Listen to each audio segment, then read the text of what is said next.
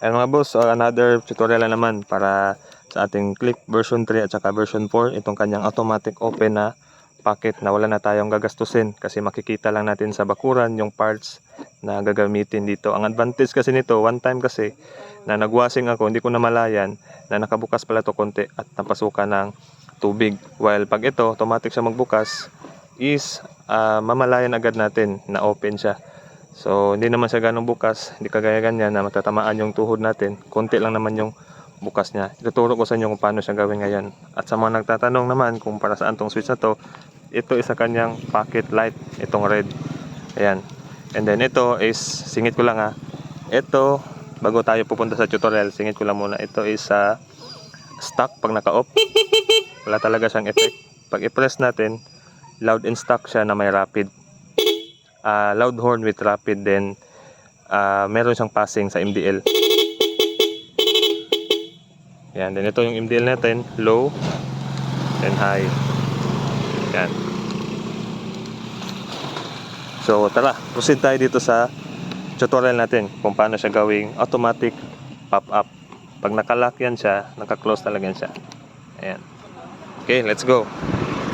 So kailangan natin dito is isang piraso ng rubber na galing sa interior ng gulong. Gugupit lang tayo ng konti at dito natin siya i-install mamaya. Ayan, magbubutas tayo ng konti na maipasok lang natin yung tie wire para matali yung rubber. Ayan, nakapagupit na tayo pero nasa sa inyo yun kung ano yung size na gusto ninyo. Tansyahin nyo na lang. Yan, di na natin patagalin pa, magbubutas na tayo. Kung meron kayong soldering iron, mas maganda. Meron ako pero nasira yung pang-plastic natin. Kaya mag-iinit na lang tayo gamit ng lighter at tie wire para bumutas tayo ng konting butas lang dito sa kanyang arm or hinge sa ating pocket, sa ating Honda Click. Ayan, konting butas lang yung makapasok lang yung isang tie wire. Ayan. So, kailangan hindi siya may... At ayan, tinali ko na din. So, kailangan i-twist natin siya. Huwag lang natin masyado pulsahin. Matibay naman yung plastic niya. Hindi naman basta-basta nababasag. Kailangan natin i-twist para dyan tayo magtatali ng rubber. Mamaya, maglalagay lang tayo ng allowance sa pag-splice ng tie wire natin. At ito, gagamit tayo ng twist and tie. Yung pantali ng wire or pangtali sa bouquet na bulaklak. Yan. So, kailangan meron tayo niyan.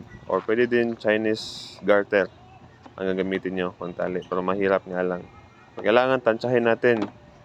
Hindi yung masyado matigas na bigla-bigla na lang siyang bubukas. Kailangan smooth lang. Tansyahin lang natin siya ng konti.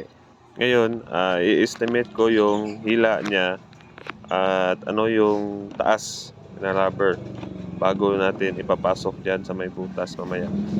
Yan, kasi kung masyado hila, yung hinge natin is lalabas siya dun sa parang bushing na plastic. Yan, papasok natin dyan yung rubber mamaya. Paiikutin natin. So, ganun lang kadali at tapos na natin gawan ng automatic pop-up itong takip sa pocket ng ating version 3 na Click or version 4. Ayan. So, kayo lang mag-estimate. Huwag masyadong patigasin yung rubber. Kaya, yan. Smooth lang. At tapos na yung ating tutorial. Ayan po. So, sana may natutunan ulit kayo dito sa video tutorial natin. Ricky Neutron nga po pala sa YouTube at sa Google Map ng Toril, Davao City. Ayan, dinagdagan ko lang ng light effects para makita yung laman sa pocket. So, thanks for watching and ride safe sa ating lahat.